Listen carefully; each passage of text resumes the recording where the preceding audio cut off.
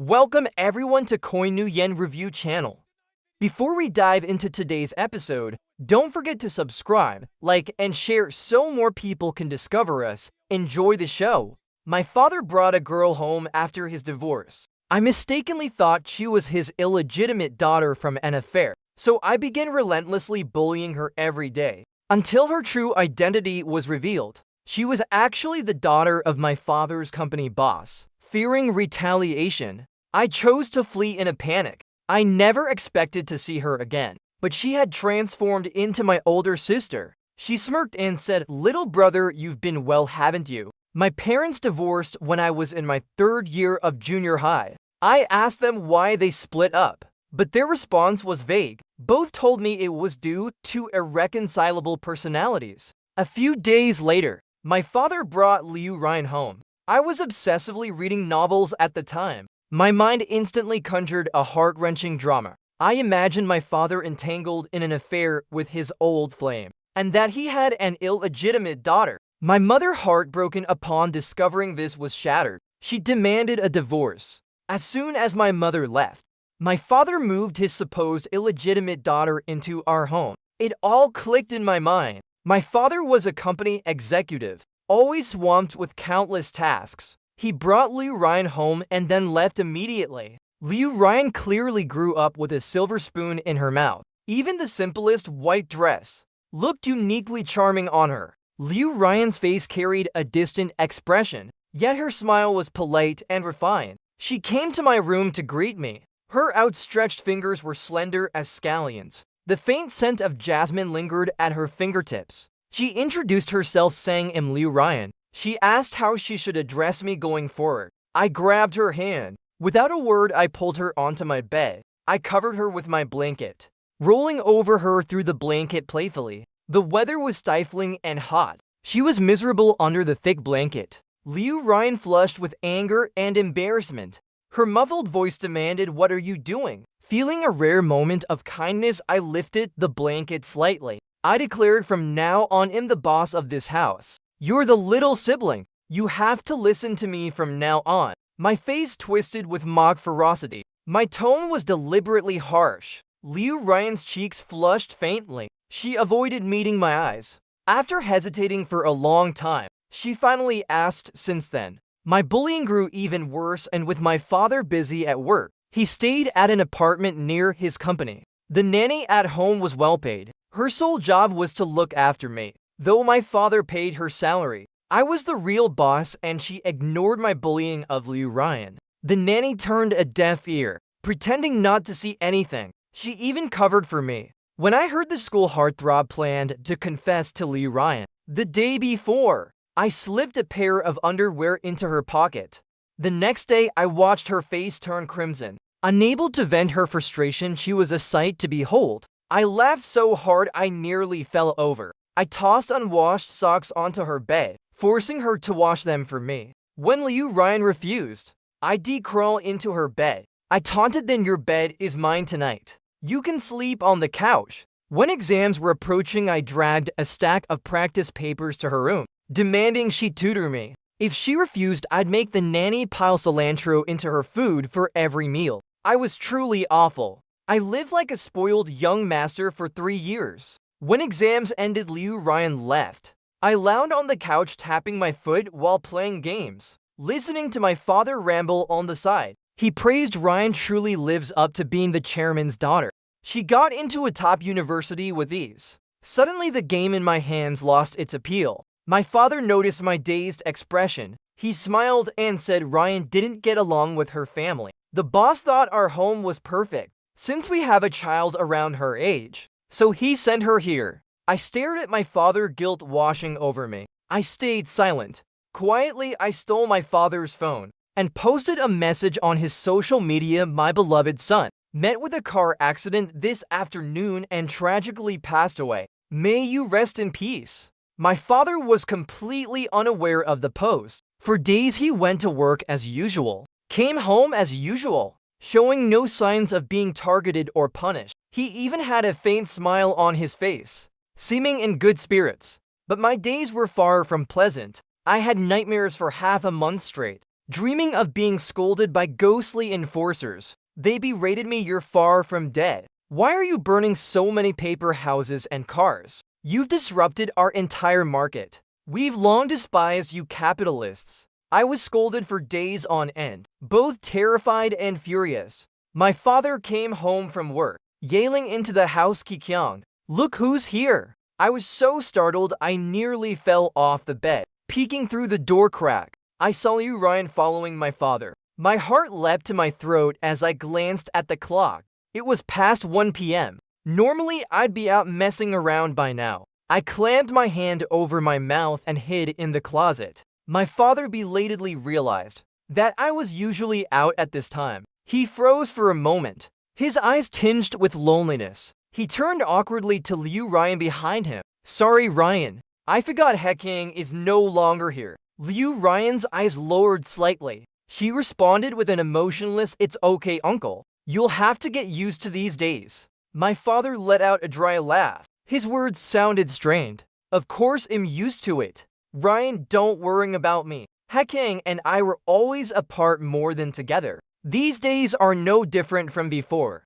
My father sighed. "Continuing, Uncle Kiao's memory is failing. I forgot Heking is gone and brought you here at this time." Liu Ryan shook her head. "Even if Hei's gone, it'll still come by often to see you." The smile on my father's face faded, as if sensing something was off, but unable to pinpoint what. He just wiped his mouth and said nothing. Liu Ryan came into my room. She sat on the sofa by my bed, her face expressionless, silent. She sat there quietly all afternoon. I nearly fell asleep in the closet until I heard her move from the sofa. I saw Liu Ryan slid something under my pillow. Before leaving, she glanced around my bedroom. She murmured, "I'll come back often to see you." As soon as Liu Ryan left, I scrambled out of the closet. I grabbed the item from under my pillow. It was a small bracelet woven from 2 strands of hair, one half white, clearly from long hair, the other half green. Obviously mine, no doubt about it. Was this some kind of cursed witchcraft? That cunning girl, no wonder I kept having nightmares. Even in death, she wouldn't let me go. How petty. I grumbled and cursed for a while, recalling her final words about coming back often. Fear gripped me at last. I immediately packed my things to leave. I waved to my father saying Mom misses me. She asked me to stay with her for a few days. "I'll be back later." Tears welled as I stepped into the elevator. To protect my father's job, I had to leave. I felt a mix of helplessness and sorrow. My father blinked in confusion. "Aren't you staying for dinner?" I made braised pork bones. I arrived at my mother's place. She clutched a wine glass in one hand and the pork bones I brought in the other. I sat to the side, sobbing uncontrollably. I poured out everything that had happened. My mother's face twisted with disdain. She waved her hand impatiently, cutting me off. "So much drama. I saw that post you made from your father's phone. I thought you were really gone." My father's personality was conservative. Despite his vast network and experience, he always worked for others. My mother didn't want to be held back. After quitting her job, she was determined to start her own business. They argued endlessly over the risks. In the end, they divorced to pursue their own paths. My mother wiped her hands. She told me, "If you're not really dead, you'll have to face her. If she hates you, her goal is to see you suffer. If that's the case, by letting yourself fall apart, you're just fulfilling her goal." It dawned on me. My mother had dealt with her ex-boyfriend the same way. That man was arrogant, unfaithful, and belittled her constantly. His only redeeming trait was his wealth. My mother took his money and then dumped him. When he tried to retaliate, she sabotaged herself, claiming terminal illness one day, or landing in the hospital from choking on water the next. He was too busy laughing at her misfortunes. His plans for revenge fizzled out. Now they even collaborated on projects. My mother had survived the toughest days of her startup. The past was buried, never mentioned again. I wiped my tears and snot in front of my mother, quietly committing her words to memory. Coming to her was the right choice. I sniffled and asked, "Mom, is the same uncle still at home?" She shook her head. "No, this one's better looking, but he brought a quiet kid along." I nodded.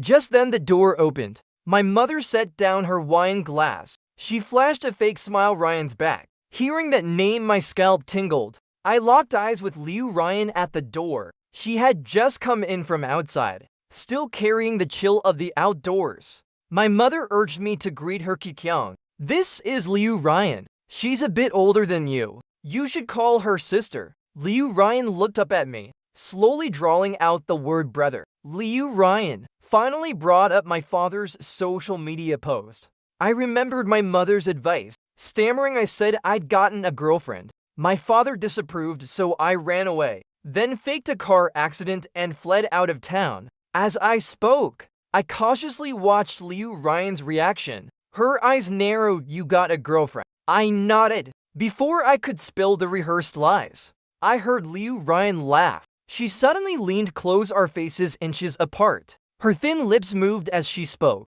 Does your girlfriend know we live together? I was struck speechless, staring blankly at Liu Ryan. My mother was still urging us to get along. Snapping back, I quickly looked away, mumbling a lie about being tired, and heading upstairs to sleep.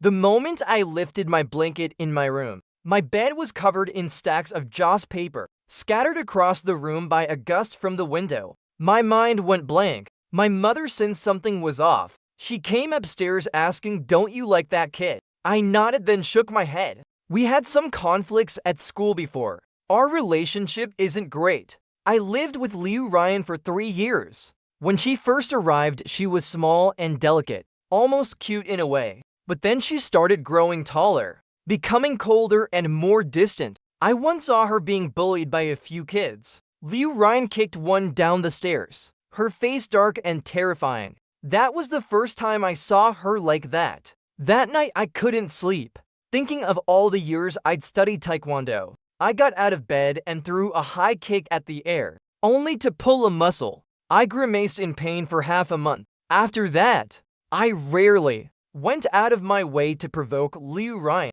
I had just finished cleaning up the scattered joss paper when I heard the door open downstairs. It was probably the new uncle my mother was fond of. I turned off the light and pretended to sleep.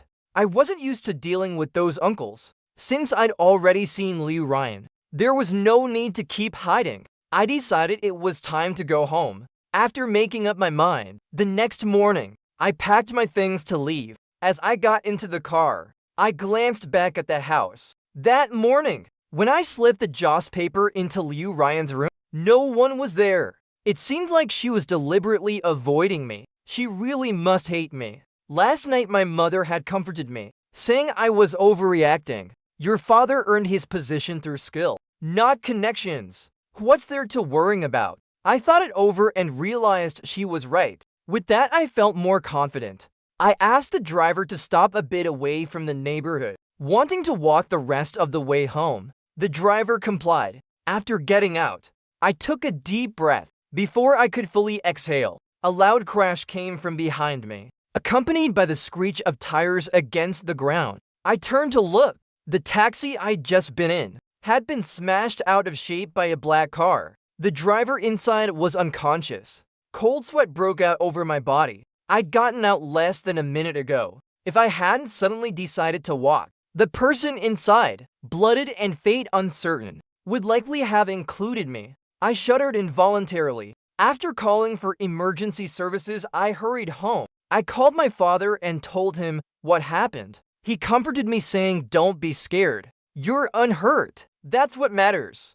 Don't overthink it. I've ordered lunch for you. The delivery is already downstairs. Go down and get it." I let out a soft hum. Dazed, I stumbled into the elevator to head downstairs. I waited at the entrance for a while. Black smoke swirled before my eyes. The delivery person approached, murmuring absently, wondering aloud where a fire had started. I looked up, only to see black smoke billowing from my home's windows, faint flickers of flames visible within. I cursed under my breath. The firefighters arrived just in time, preventing any casualties. My father learned of the incident and hurried back from the company. Seeing me sitting safely downstairs eating my boxed meal, he let out a sigh of relief. My father clapped my shoulder, saying it was a close call. If I hadn't gone to pick up the delivery, something bad might have happened. He told me he'd handle things here and suggested I stay at his apartment. I wanted to agree, but when I opened my mouth, all I tasted was blood. Unable to utter a single word, my phone buzzed in my pocket. I pulled it out and saw a text from Liu Ryan. She wrote a return gift for you, asking if I liked it as I spat out the rice in my mouth. Noticing the rice was streaked with blood, faintly visible, mixed with tiny shards of glass, I tossed the rest of the meal into the trash, wiping my mouth carelessly, blood seeping from the corner. Then I grabbed my phone to call my mother, asking if Liu Ryan had returned home. My mother gave a soft affirmation. My lips tightened into a thin line. I hung up the call, then dragged my suitcase back to my mother's place, this time taking the bus. The journey was uneventful. In the living room, my mother and Uncle Liu were both present. I greeted them briefly before rushing upstairs to drop off my luggage. As I came downstairs, a pair of hands suddenly shoved me hard from behind. My body lurched forward, tumbling uncontrollably. I instinctively shielded my head, crashing down the cold, hard stairs, pain radiating through my entire body. My vision blurred. I opened my eyes and saw Liu Ryan standing at the top of the stairs, looking down at me with a cold, lofty gaze. A memory flashed through my mind of recently witnessing Liu Ryan kicking someone down the stairs. Someone helped me up from behind. A voice asked if I was hurt. I turned to see who it was. Uncle Liu and my mother stood behind me. The one helping me was a girl around my age. I recognized her. My father had taken me to dine with his colleagues. She was the daughter of one of his coworkers, 2 years older than me. Her name was Su Qingsu. Liu Ryan descended the stairs slowly. Standing before me, she asked how I could have fallen from the stairs so suddenly. My lips trembled with the urge to lash out, but I held back. I admitted it was my own clumsiness. Liu Ryan reached out to help me. I pushed her away, glaring fiercely as I brushed past her. After nearly costing me my life multiple times, whatever grudge she held should be settled by now. I declared, Liu Ryan, I don't owe you any more. My body was covered in bruises. Su Qingsu came over to apply ointment. She remarked that a simple fall shouldn't have caused such injuries. It looked like someone had pushed me. I stayed silent, my lips pursed tightly. Su Qingsu was interning at Uncle Liu's company. Uncle Liu thought she had potential and brought her home to introduce to me. My mother, knowing Su Qingsu, saw my silence. Her smile slowly faded. She asked uncertainly if someone had really pushed me. She'd heard of conflicts in blended families, where step-siblings clashed. But this was too far. If I hadn't protected my head in time, it could have been disastrous. As soon as she said this, Liu Ryan pushed open the door. Su Qingshu's face darkened at the sight of her. Liu Ryan leisurely sat beside me, taking the ointment from Su Qingsu, offering to help apply it to my back where I couldn't see. She said she'd do it for me.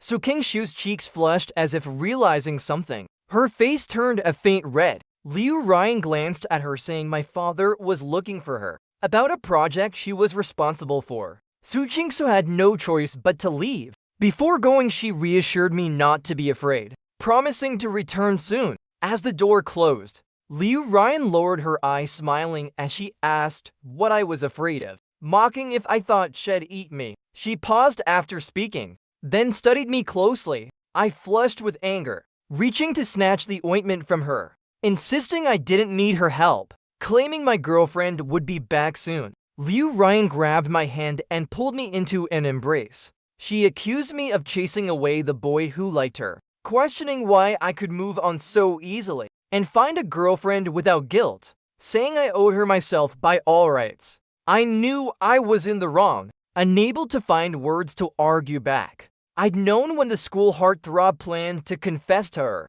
as his desk mate. I spent days whispering in his ear, bad-mouthing Liu Ryan to no avail. That guy, aside from good grades, good looks, and some money, had nothing else going for him. Since I couldn't stop my desk mate, I turned my mischief on Liu Ryan. When he asked if she'd received his love letter, she instinctively reached into her jacket pocket, pulling out the red boxes I'd just bought. Liu Ryan's face turned scarlet. She confronted me, demanding why I did it. I wanted to deny it, but she'd signed for my delivery the day before, so I gave the most plausible excuse. I confessed I liked her and couldn't stand seeing her with someone else. Liu Ryan was silent for a long time, then sharply rapped my head twice, calling it nonsense, telling me to talk like that after we both got into university. The old Liu Ryan, though quiet, had a gentle nature. I had no time to dwell on it. Liu Ryan's harsh words yanked me back to reality. She said she was glad we never got together, calling me fickle, saying disloyal people deserved a bad end, claiming Su Chengsu and I were a perfect match. I struggled to get up, shouting I didn't want her, telling her to get lost. One of my words must have struck a nerve. Liu Ryan suddenly pressed me down hard, warning me not to move if I didn't want more pain. Last night my mother had told me about Liu Ryan's situation. Liu Ryan's parents divorced when she was 8. Her father was often away on business, leaving her and her mother at home. Their neighbor was her father's old classmate, who always bought her snacks and looked after her and her mother. They played a game where Liu Ryan watched from downstairs, noting when the classmate's wife's car entered the neighborhood and when she went upstairs informing her mother. This game went on for over a year. When her father returned, he and her mother had a huge fight and divorce. Her mother ended up with the old classmate. The classmate's wife went mad, targeting Liu Ryan,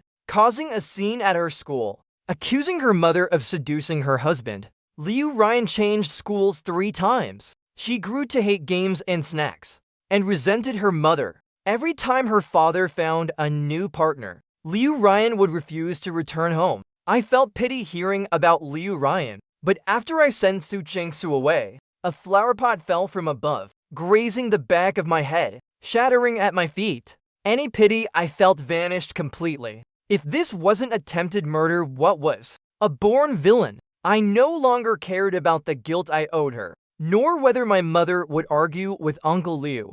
I stormed upstairs to confront someone, but I couldn't find my mother anywhere. Only Uncle Liu was there.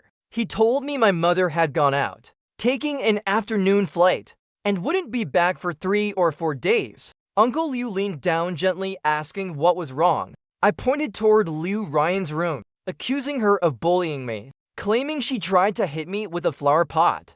As soon as I spoke, Uncle Liu's face darkened and he shouted for Liu Ryan to come out. Liu Ryan emerged from her room, her expression grim, staring silently at me as I tattled to Uncle Liu. Uncle Liu pushed me back to my room, telling me to rest, and that he'd handle it. Then I saw him drag Liu Ryan into the study. He told her he'd arranged a school for her abroad, ordering her to leave tomorrow. It sounded like a fight broke out inside, my ears filled with the chaotic sounds of things being smashed. When Liu Ryan came out of the study, her forehead was cut, blood staining her brow. When she pushed open my bedroom door, her appearance startled me. She demanded to know what I'd told Uncle Liu. I shot her a provocative smirk, saying I'd bad-mouthed her, telling her it was getting late and to pack her things for her solo trip abroad. I reached to shove her out. Liu Ryan, furious, laughed and grabbed my shoulders, declaring that if she was leaving,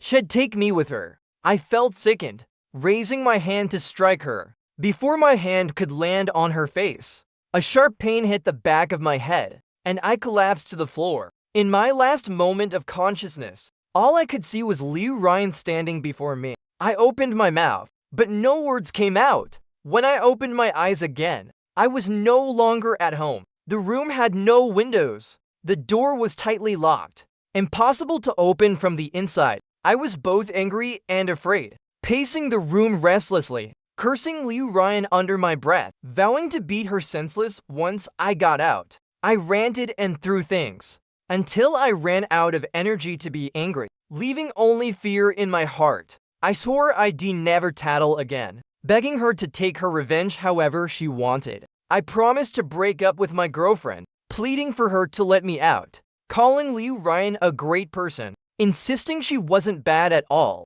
I shouted until my voice gave out, but no neighbors knocked, no property manager came, and Liu Ryan, that wretch, never appeared. I wasn't missing, nor could I see the sun or moon.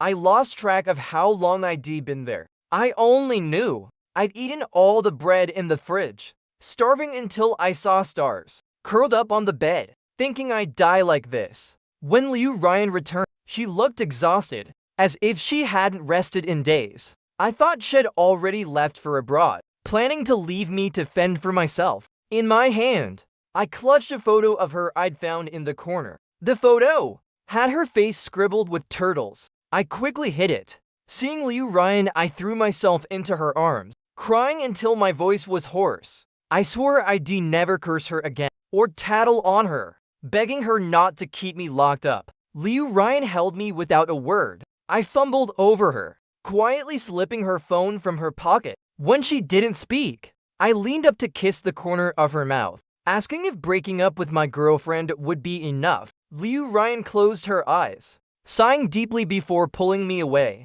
agreeing to take me out. I gripped the stolen phone tightly, cautiously asking where we were going. Liu Ryan said we were going home. But which home? She left vague. I didn't want to trust her anymore. What if neighbors had complained about the noise, and she was moving me to avoid discovery? With the phone in my hand, calling for help seemed safer. I shrank back onto the bed, pulling the blanket over me, claiming I was too sick to move. My stomach hurt too much to walk. I needed to rest before leaving. Liu Ryan's brows furrowed slightly. Her cool palm rested on my stomach. No matter how she coaxed, I wouldn't budge. Finally, Liu Ryan relented, saying she'd go buy medicine and would leave once I felt better. I gave a soft hum, and as soon as she left, I grabbed the phone and called the police. But someone arrived faster than the police. Su Qingsu gently touched my cheek, her voice trembling,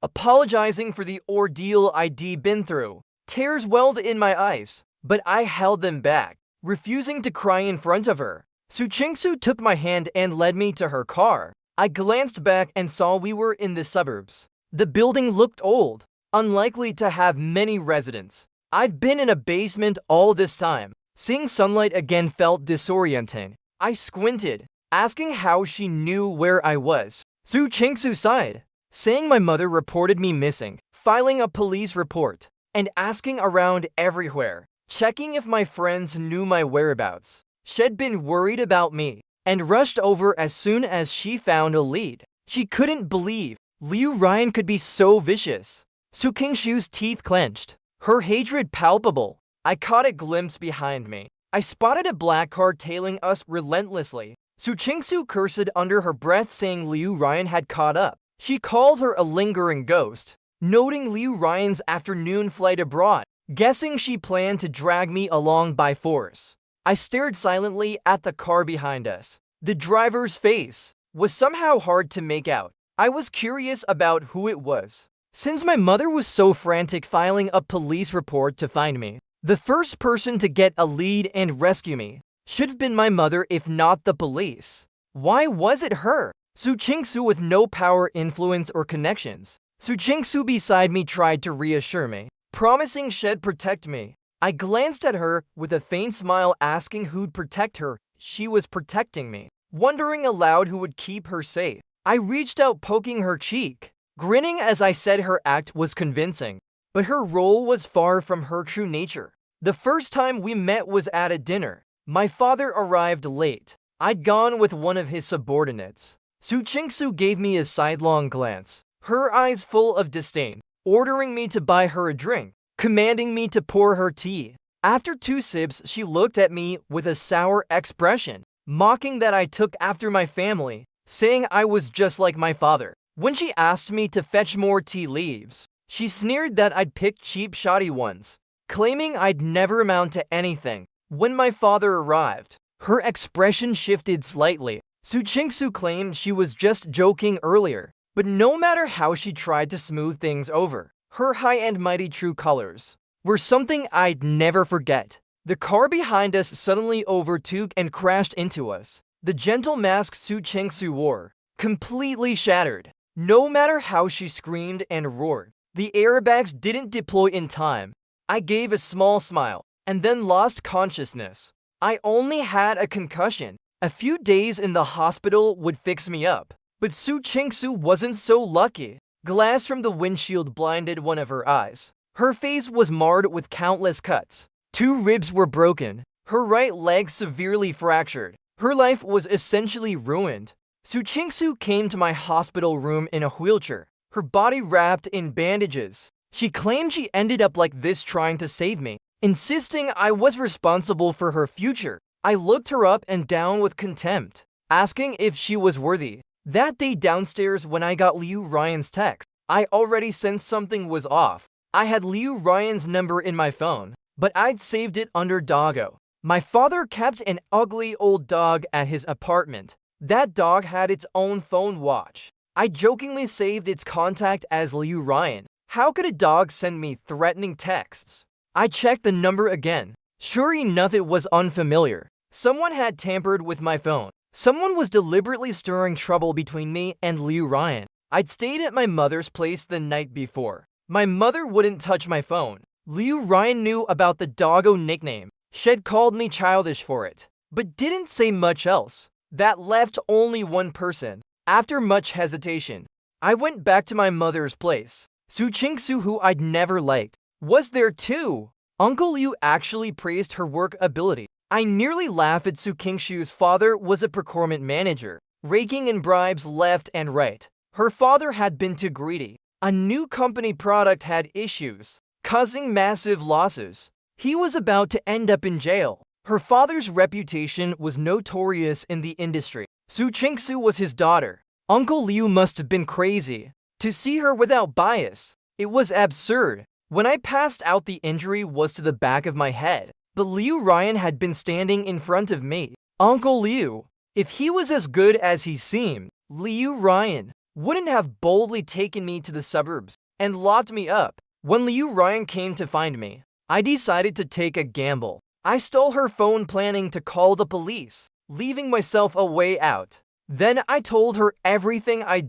been through. Liu Ryan calmly said she didn't do it, urging me to trust her. I told her to do one thing for me, and I'd believe it wasn't her. I asked her to tamper with Su Qingshu's car. If my suspicions were wrong, I'd buy Su Qingsu a new car once I was out. But clearly I'd guessed right. Liu Ryan came to find me, and I, wary from past events, doubted her, refusing to go with her. Then Su Qingsu, acting kind, came to rescue me. I'd naturally choose to go with her. The person behind this wanted to keep scaring me and pin the blame squarely on Liu Ryan. It made sense for me to leave then, until Liu Ryan, supposedly chasing me, caught up, enraged, and crashed into my car. It all seemed perfectly logical, even if I couldn't see the driver's face.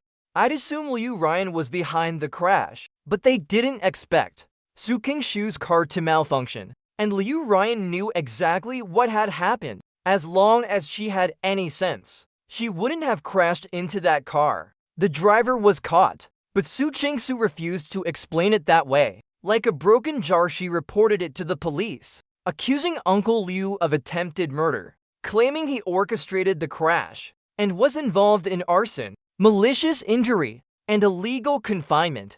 I had evidence in my hand. When Su Qingsu left the police station, her father kicked over her wheelchair. Uncle Liu had promised that if she got together with me, he wouldn't pursue her actions and would even arrange a good job for her. But she useless failed at everything. Uncle Liu was willing to overlook it and consider it done, asking why she had to make a big deal out of it. Su Qingsu, furious, swung her fists at her father, saying her ruined state made it impossible for her to ruin my life, and that they wouldn't get off easy either. Before Uncle Liu went to prison, he asked to see Liu Ryan. After my discharge, I went with Liu Ryan to see him. Uncle Liu looked worn, aged by his troubles. Before prison had settled everything, transferring all his assets to Liu Ryan. The company's affairs were handed over to an assistant to manage with Liu Ryan, with immense wealth, and Liu Ryan as his only child. He paved the way for her even at the end. To anyone, he seemed a devoted father. But when Uncle Liu saw Liu Ryan, his first words were that he hated her. He said he and Liu Ryan's mother were childhood sweethearts, having spent so many years together. If Liu Ryan hadn't been too foolish to tell him anything, he and her mother wouldn't have ended in divorce. With the love of his life gone, he asked why Liu Ryan deserved happiness. Uncle Liu glanced at me, suddenly smiling, his tone soft like our first meeting, asking how long I planned to stay with Liu Ryan. Liu Ryan stood shielding me, telling him that was enough. Liu Ryan closed her eyes, refusing to look at Uncle Liu. Taking my hand, she said we were leaving. Uncle Liu's face twisted into a sneer at the sight. Liu Ryan's expression was grim, her lips pale and trembling. I stopped in my tracks. Liu Ryan paused, looking back at me, her eyes red, tears welling. I lifted my hand, cupping her chin, kissing the corner of her lips. I turned to Uncle Liu behind us, declaring I plan to be with Liu Ryan for life. Back home, as we stepped inside, Liu Ryan suddenly leaned close, teasing that couples should kiss often. She moved to kiss me. I raised my arm to block her, mimicking her earlier harsh tone, saying lustful people deserved a bad end, and that I was glad I hadn't ended up with someone like her. Liu Ryan froze, looking at me flustered. I shot her a glare and turned to walk away. Liu Ryan looked like she might shatter. Standing dazed at the door, I spun around and ran back to her, saying if she really wanted to kiss me, I might reluctantly agree. I wanted to say more, but Liu Ryan silenced me with a kiss. When I went missing, my mother had no idea. Uncle Liu and her friend had tricked her into going on a trip. When she returned and found me gone, she thought I'd gone home. It wasn't until Uncle Liu was jailed that she learned I'd been in trouble. My mother was furious, wanting to hire a top lawyer to get Uncle Liu a death sentence. She said she never saw him for the monster he was. My mother patted Liu Ryan's head, calling her a poor child, saying she'd suffered these years, offering her a place at our home if she had nowhere to go. Then my mother went to my father, grabbing his ear and giving him a tongue lashing. She was angry at herself for not being attentive enough, and at my father for neglecting me. On the first day of school, both my parents saw us off. My roommate curiously asked if Liu Ryan was my girlfriend. I shook my head, saying we were just friends. But the next moment, Liu Ryan came over, tugging my jacket, saying my mother had mixed up our things, asking if her toothbrush was with me. I fell silent. Liu Ryan had clearly packed the luggage herself. What a schemer! In a side story, Uncle Liu said he and his wife were childhood sweethearts. At 15, our elders told us we'd be married someday. My career flourished. My wife loved me deeply. Our child was bright and adorable. I felt happier than anyone, but a year and a half of business trips destroyed my family. I tried to keep my wife, even though she was pregnant with another's child. I was willing to overlook it. If she'd just let it go, I could pretend nothing happened.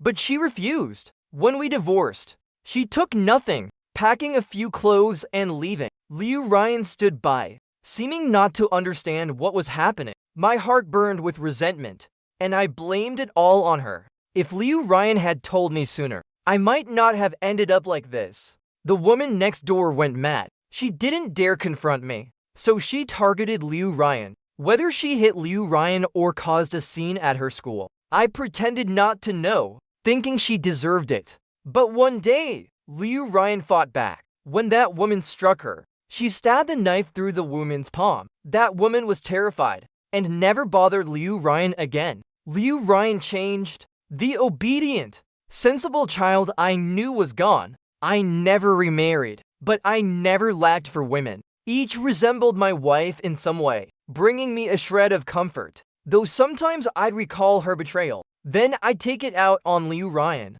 But she stopped taking it quietly. She'd hold the knife she used on that woman and smile at me. I couldn't stand a child like that, so I sent her away. But she was still the only child of me and my beloved. Her personality wasn't suited for boarding school, and I didn't trust her living alone. While I was torn, Hekyang's father came along. I knew all about Liu Ryan's school life. I knew she liked the boy she lived with, and by chance, that boy liked her too. Why should she get to be happy? When my marriage was in ruins, he brought Liu Ryan to his home, then left right after. From the day Hekyang arrived, my schemes to sow discord began. Su Chengsu was my chosen pawn. I wanted Liu Ryan to watch the person she loved grow to despise her, to see him with someone else in front of her, then send Liu Ryan abroad. So when she returned, she'd hear Hekyang was married. I never understood how I fell so far. Perhaps that boy's trust and love for Liu Ryan far exceeded my expectations. After my release, I quietly attended their wedding. Liu Ryan in her wedding dress wasn't as beautiful as my wife. That boy in his suit wasn't as dashing as me, but they were deeply in love. I slipped a red envelope into Hekyang's mother's hand. She looked at the light envelope, asking how much was inside. I closed my eyes smiling, saying it was priceless. Inside was a love letter I'd torn from Liu Ryan's notebook years ago, one she never sent. At this point, I could only wish them a lifetime together.